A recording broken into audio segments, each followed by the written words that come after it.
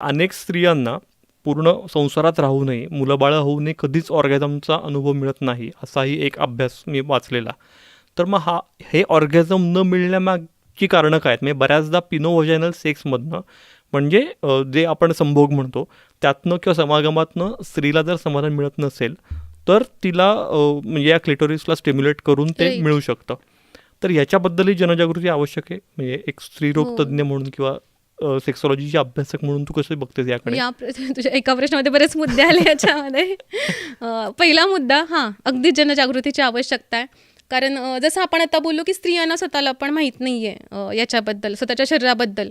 तर तू म्हटला तसं जसं आधी स्त्रियांना शिकवलं आपण, तर त्यांच्या पार्टनरला पण शिकवतील की कसा आनंद द्यायचा. तर ती पहिली गोष्ट.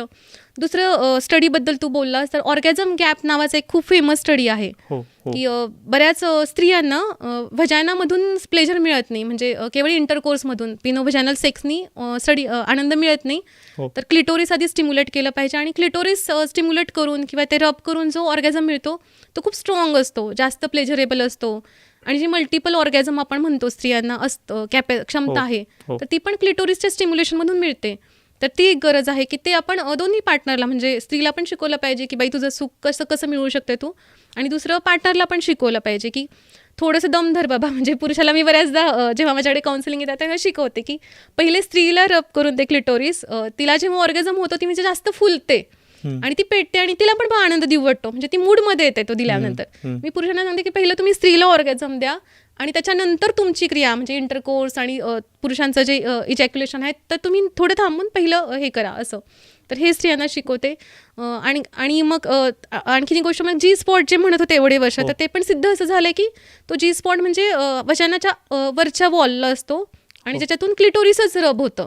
ओके. तर त्याच्यामुळे तो जो जी स्पॉटचा जो कन्सेप्ट होता की जो खूपच मिस्टेरियस म्हणून गणला गेला, तर ते पण क्लिटोरिसशी रिलेटेडच आहे. अच्छा. आणखीन एक गोष्ट की हे ज्ञान नसल्यामुळे दोन्ही पार्टनर्सला, नवऱ्याला पण माहीत नाही आणि बऱ्याचदा असं पण होतं की नवऱ्यांना पडलेली नसते म्हणजे स्त्रीला ऑर्गॅझम मिळालाय का नाहीये. आणि पुरुषांचं ना खूप सोपं आहे. इरेक्शन होतं, डोळ्यांना दिसतं, तू म्हटलास तसं बाहेर असं त्यांचं लिंग, इजॅक्युलेशन डोळ्यांना दिसतं, तिथं काही डोकं लावावं लागत नाही, झालं का नाही विचारावं लागत नाही, दिसतं झालं.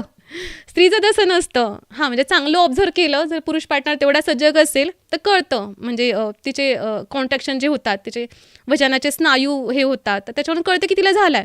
पण किती पुरुष एवढे संवेदनशील असतात, तर एकतर ते पाहत नाहीत आपल्या पार्टनरकडे व्यवस्थित, विचारत नाहीत की बाई तुला झालंय का नाही.